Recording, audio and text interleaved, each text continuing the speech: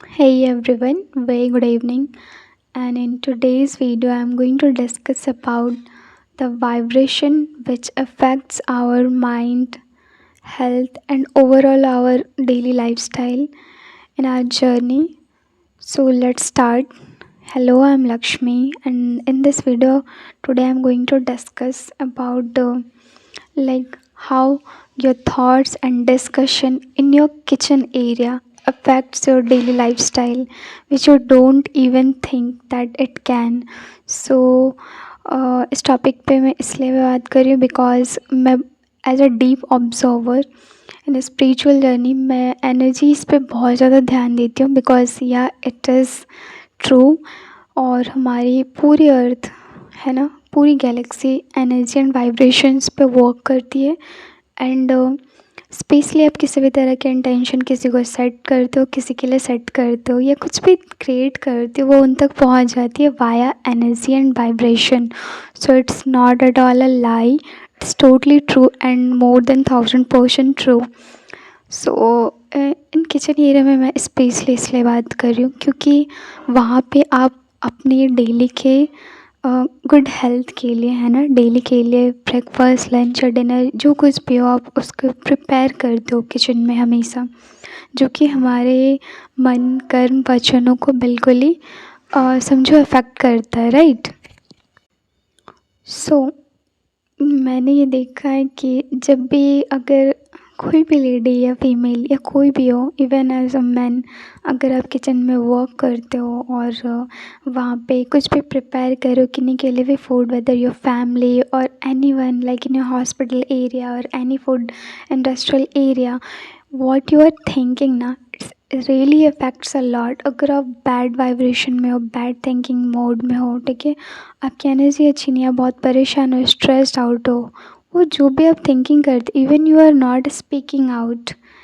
In your kitchen area but still it affects a lot. So इसीलिए कहा जाता है, हमारे जो भी एंसेस्टर्स थे, हमारे एल्डर्स थे, वो कहा करते थे कि किचन में भी हमें मंत्रास, अब जिस भी रिलीजन से हो वो प्ले करके छोड़ना चाहिए किचन में, क्योंकि उसके जो हायर वाइब्रेशंस होते हैं वो हमारे फूड में डायरेक्टली अफेक्ट करते हैं और हमें अच्छी एनर्जी में लाने में हेल्प करते हैं। सो ये मैं खुद में प्रैक्टिकल कर चुकी हूँ मेरे घर पे and it really like affects our daily lifestyle because जब मैं मंत्र चलाती थी तो सबका माइंड काफ़ी साइलेंट रहता था, है ना। And what you are thinking, even though you your family members कोई भी हो, ठीक है, अगर उनके माइंडसेट सही नहीं है, वो प्रॉपर्ली डिसिप्लिन में नहीं रहते या वो बहुत ज़्यादा स्ट्रेस आउट रहते हैं, वो बहुत परेशान रहते हैं, तो आप उनके लिए ना जस्ट सेट सेट कर सकते हो थ्रू द फूड, है ना। जो भी आप उनके लिए अच्छे विशेस करते हो, इट्स लाइक अ प्रेयर जो कि मैजिकली वर्क करता है through food and water even, है ना, क्योंकि सब कुछ एनर्जी से बनी हुई है और आप जो भी पुट करते हो उसमें अपनी हायर वाइब्रेशनल एनर्जी, अपनी प्योरिटी, अपनी पॉजिटिव एनर्जी, वो सच में उसमें चली जाती है and it gives a great result because I have achieve this experience and that's why ये मैं शेयर कर रही हूँ। सो ये ध्यान देना चाहिए किचन में कि स्पेशली फीमेल्स को, क्योंकि वो ज़्यादा करती है, राइट, इंडिया में। तो फिर उनको अपना माइंड हमेशा सही रखना चाहिए। जब आप किचन में एंट्री करते हो, आपके थॉट्स एकदम से साइलेंट पीस में होना चाहिए। आप अगर किसी से बात भी कर रहे हो तो उसमें भी सही